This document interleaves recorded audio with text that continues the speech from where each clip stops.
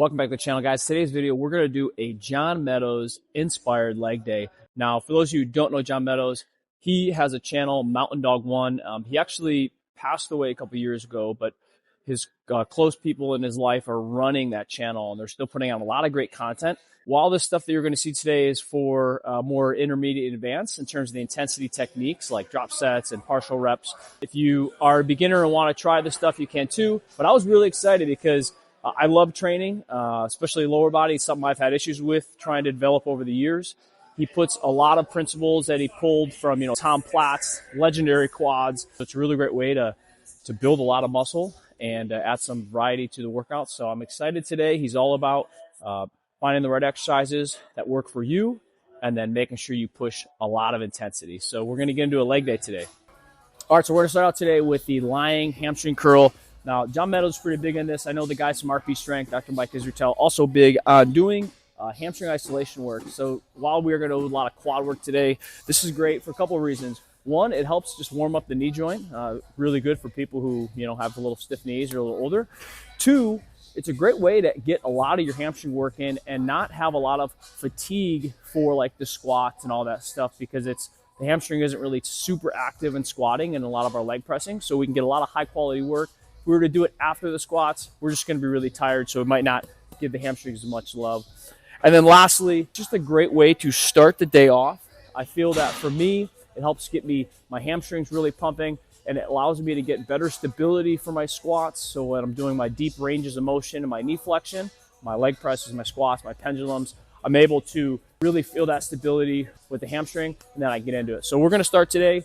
John Meadows in his workout video, which I'll post down below, what he was doing was he'd take a couple warm-up sets, 8 to 10, just really building up, get the hamstring, get some blood pump in there. And then he got to a weight that was challenging for 8. So he did 2 sets. First set was just kind of like a feeder set, kind of getting everything in there. So it was a hard set at 8. Then the second set, this is more for intermediate and advanced. If you're a beginner, just do another set of 8. He would do 8, and then he would add like some partials or some isometric holds and really train those last 2 sets hard and heavy. And he in his video, he even said like a lot of people take these earlier sets here, they don't train as hard, and he was a big fan of really sending it on those last 2. All right, so we've moved on now. We're at the second exercise, so we're gonna do a heavy compound. I'm gonna do a barbell back squat. Kevin here is gonna do a safety bar SSB squat. So whatever squat is really comfortable for you, you wanna find something here. We're gonna get 1 set, building up to a set of 8 on your back squat. It's not like an at all cost, so we're not doing like an RPE 10. We're probably around an 8, 8.5. Want to leave 1 or 2 good reps in the tank, because then we're going to follow this up with some leg pressing and some pendulum, and that's when we're really going to drive the intensity. This, we're just trying to get a lot of more heavier loading on the quads, keeping things safe so we're not pushing to failure, and then we'll move on. So as you guys are warming up for this, you don't have to do 8 at every stop. Just kind of, I'm doing like 4 or 5 until I get up to my working weight. I just want to feel the weight on my back, and we're just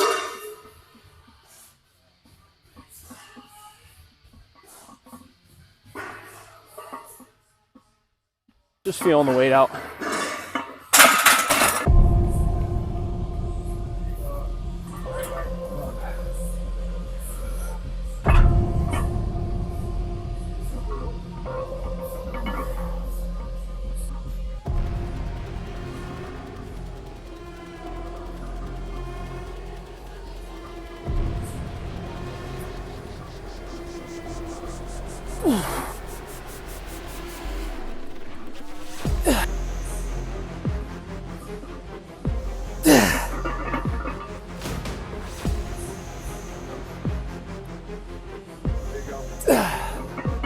Come on.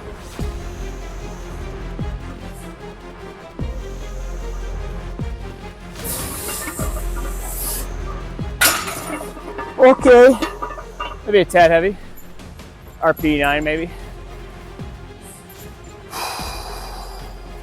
Done with that. All right, so we just finished squats. Normally I would do like 2 to 3 sets, but I really like how John Meadows is really big into making sure we weren't getting too fatigued with like axial loading. So heavy movements like squats, deadlifts, bent over rows, while they're great, there is a cost to that in terms of just overall fatigue. So trying to get the best bang for your buck. making sure that we're not overly fatiguing ourselves. This is more of an issue for maybe intermediate to advanced lifters. So we got our heavy loading with that one set. It got some good volume as we were building up. Now we're going to go to the intensity, which is going to be a leg press. The goal of this is just to be intense, get as much blood flow and as much metabolite into the muscle tissue. So it's all about pain tolerance. We're going to get after it.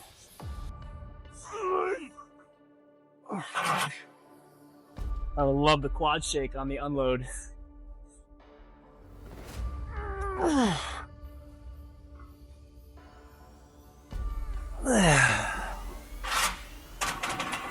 It's a solid weight. All right, let's do this.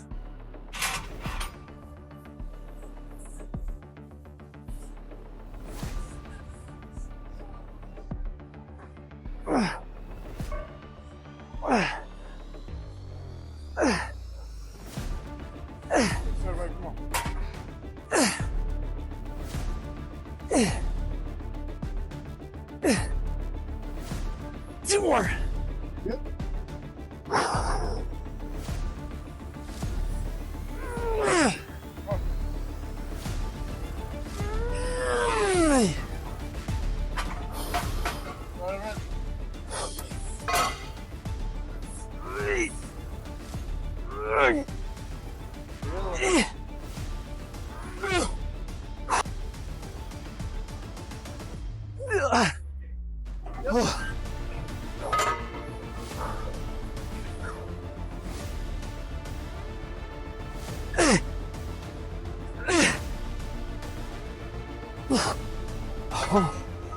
One more.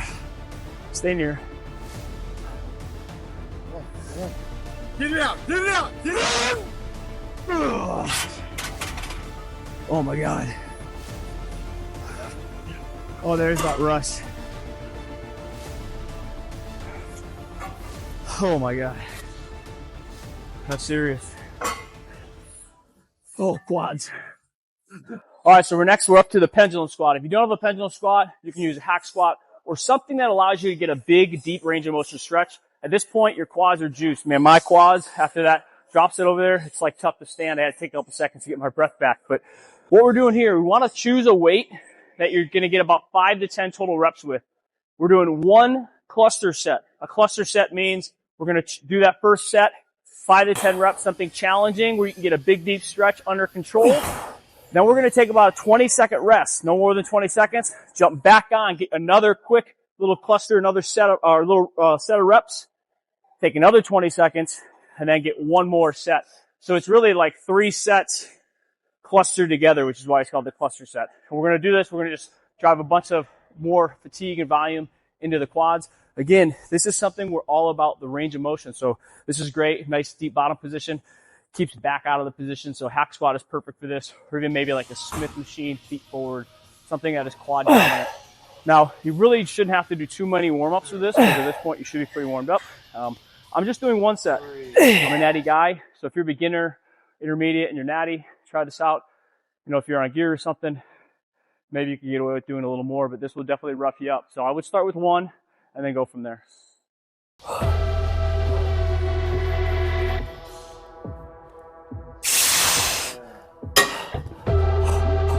Oh my God.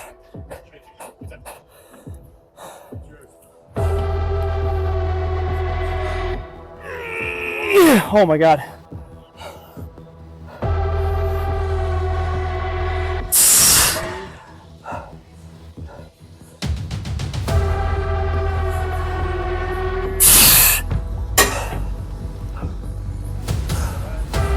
Oh.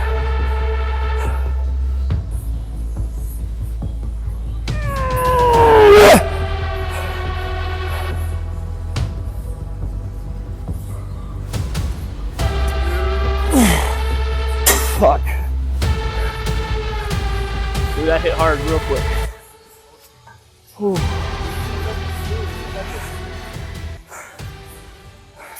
So next up, last part is gonna just do some RDLs, so hamstring, a little bit of glute. At this point, we're pretty fried. So this is all about making sure we're training the hamstring, not necessarily just a heavy deadlifting pattern. So we wanna really focus on a big stretch in the hamstring. We're gonna do some warm-up sets. We got 2 sets of 10 reps. So making sure as we're kind of working up to things, getting that big stretch. These right here, we don't have to go really, really heavy in intensity. We're kind of treating like the squat we did earlier, where maybe RPE of 8, making sure that our back's staying out of it. So we start feeling the back. A couple key things we want to think about. Keep that back arched, and we want to think about keeping the knees a little stiffer and making sure that we're not letting it collapse on us.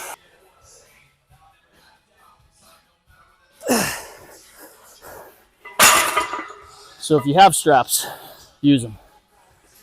All right, guys, there you go. We have it. We just finished John Meadows Inspired Leg Day. Now, a couple key takeaways that I took from today. Number one is that you don't necessarily need to do a ton of sets, a ton of high intensity sets to get a good stimulus. For example, the squat, we really just build up to a hard set of 8. We got in and got out. And that's something big, you know, as I get older, you know, I'm approaching closer to 40 than I am my 30s. My joints, I want to really protect them, right? So just getting in and getting out, and then doing other exercises like machine-based movements where, you know, a little safer on the joints, a little less stressful on the axial body. You can really push intensity there.